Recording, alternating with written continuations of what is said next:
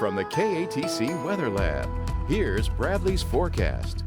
Welcome back. Well, another day of scattered showers and storms across Acadiana. It does look like more or less activity will be on a scattered basis as we head through the course of the weekend as the sea breeze kind of starts to dominate the forecast once again. So hopefully not quite as widespread as what we've seen over the past several days, but still we'll have some showers and storms to contend with nonetheless. Meanwhile, as we dial it into Power Doppler 3, again, relatively quiet here across the heart of Acadiana. Most of the shower and storm activity now more or less concentrated across western portions of the area. Say as we get into Jeff Davis Parish, Southern Allen Parish here and in around Kinder, nice little downpour producing some lightning as well. Also some very intense storms in and around Lake Charles here. And boy, we do have a flash flood warning that's in effect because the rain's been coming down pretty hard over the past 30 minutes to an hour. So keep that in mind if you're trying to travel west, say on Interstate 10. You're going to run into some rough weather there. Meanwhile, further to the south, again, just some light to moderate shower activity continuing as we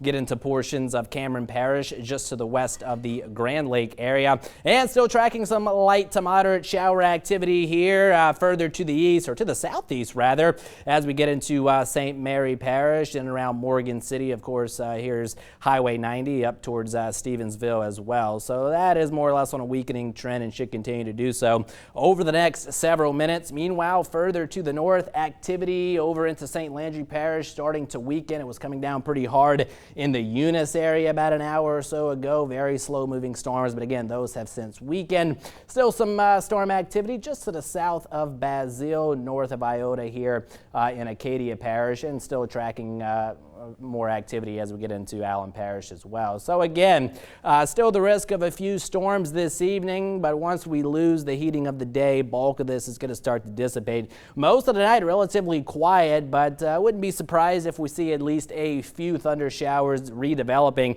a little bit later on tonight and then going into daybreak tomorrow morning, kind of what we've seen the past several mornings. And then again, notice activity tomorrow a little bit more so on a scattered basis once that sea breeze kicks in mid-morning into the afternoon time frame. So overall coverage of those storms shouldn't be quite as widespread as what we've seen over the last several days, but still we'll hold rain chances at around 50 to 60%. Any activity that we do see develop comes to an end tomorrow evening. Right back down into the mid-70s first thing Sunday morning. And then here we go. It does look like we have a little bit of a glitch with our graphic system here. Apologize for that. But then another round of scattered showers and storms into Sunday afternoon. Again, probably a little bit better coverage as we round out the weekend as we see another surge of moisture moving in from the Gulf of Mexico. So let's talk about the tropics. And again, it's this tropical wave that's sitting out in the Gulf that's going to be lifting northward through the course of the weekend. That should help to elevate our rain chances going into Sunday at least a little bit. Another tropical wave here and then another one way out in the Atlantic Ocean. That now has about a 30% chance to develop in the next 5 days. Signals getting a little bit stronger that we're going to see this develop perhaps into a depression in the 5 to 10 day period, maybe tracking north of the Caribbean islands.